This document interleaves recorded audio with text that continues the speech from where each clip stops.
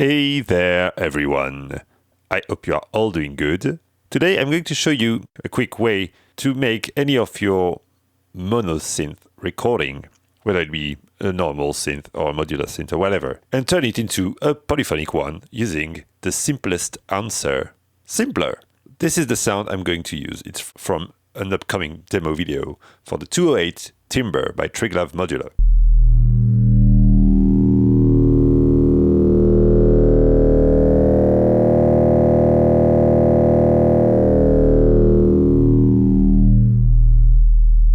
First, let's load a simpler instance here.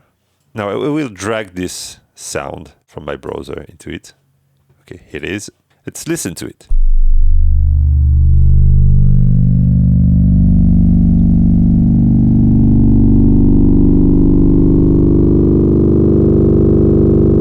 Right now, it's played below its original pitch.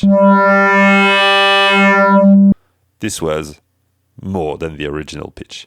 First thing you want to do, which is a bit boring, but if you want to play this with other stuff, you might want to tune it. I usually tune the samples that I make, especially as I make a lot of this kind of synth sample for Patreon. I always retune them to C. So I know that you just have to drop them into a sampler like Simpler or whatever, and you can just play them chromatically or with any scale you want, and they will be in tune with the rest. I haven't done it yet here, so let's make sure it is. Let me draw a C over there. C, that's great.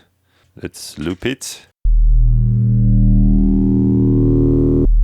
Okay, we have a loop. So we see it's not a C at all. Let's then transpose it to the nearest C and detune.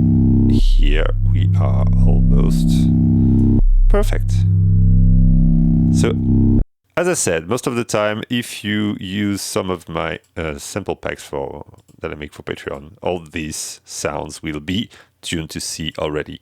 But if you are recording it yourself, it's always better to check, especially if it comes from a modular like here, where I have just plugged it, played with it without any look at a tuner. So let's turn the volume down. Let's choose how many voices we might want. Let's say 8.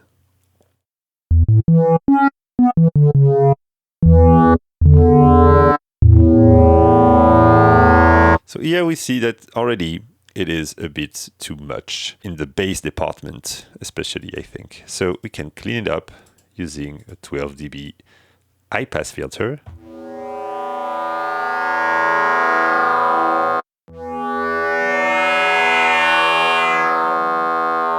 You also might notice that the sound stops at some point. So if I release my key, of course it stops, but if I play this, it will go through the whole thing and then stop.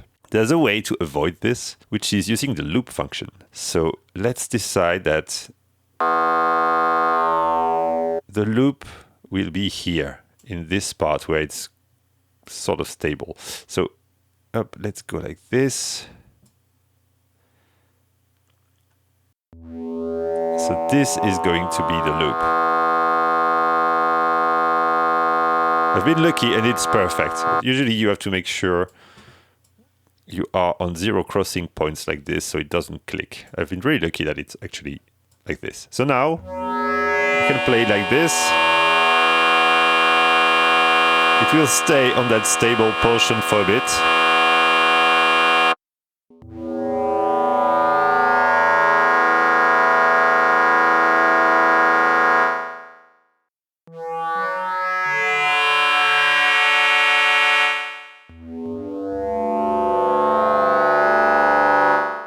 If you're not happy about when it's like this,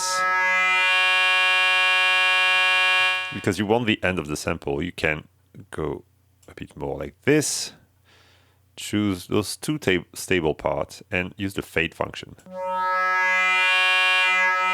which will be a bit messier, especially if you play more than one note at a time, but can lead to interesting overlapping modulations. Actually, I think I prefer it like this right now.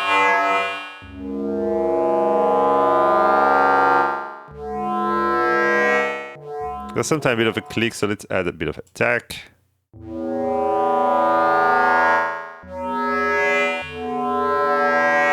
Let me now write a little something.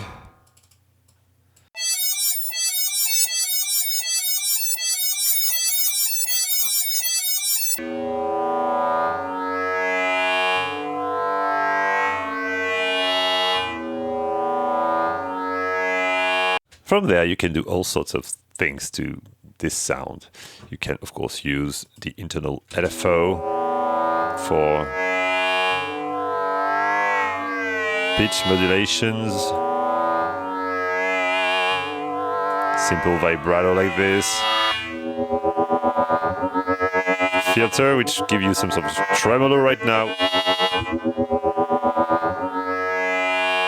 a volume, which gives you normal tremolo, padding, which I like very much.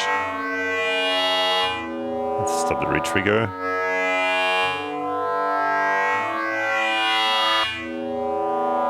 Let's add a bit of drums.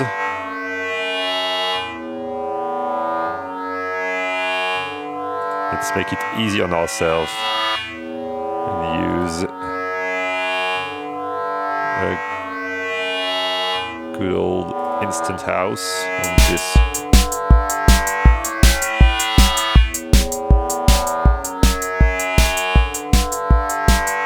That's cool.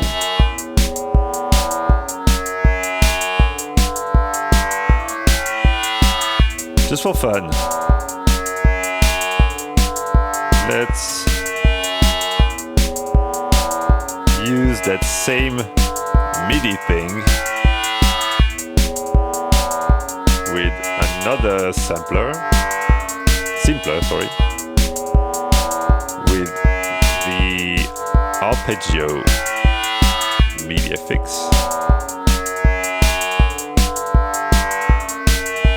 This one is going to make a little bass for us.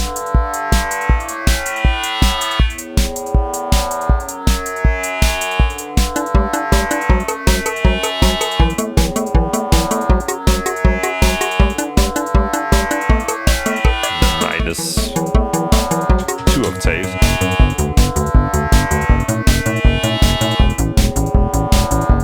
This is stupid, I like it.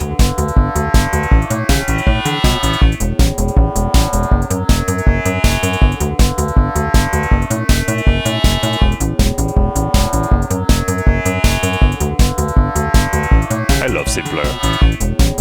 It's simple, like the name suggests, but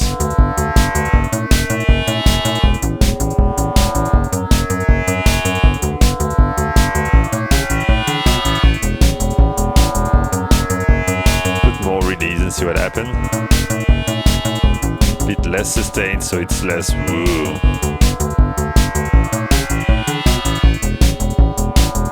That's it. You've made your monosynth a super nice polysynth. Then you just have to add whatever you want on top of all this.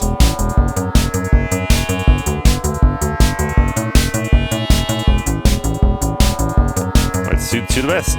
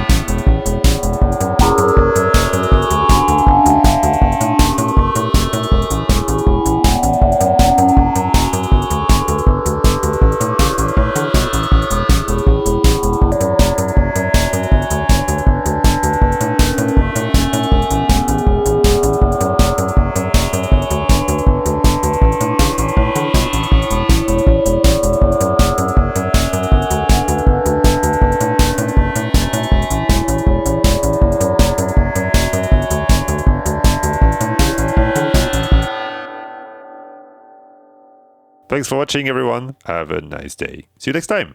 Ciao, ciao.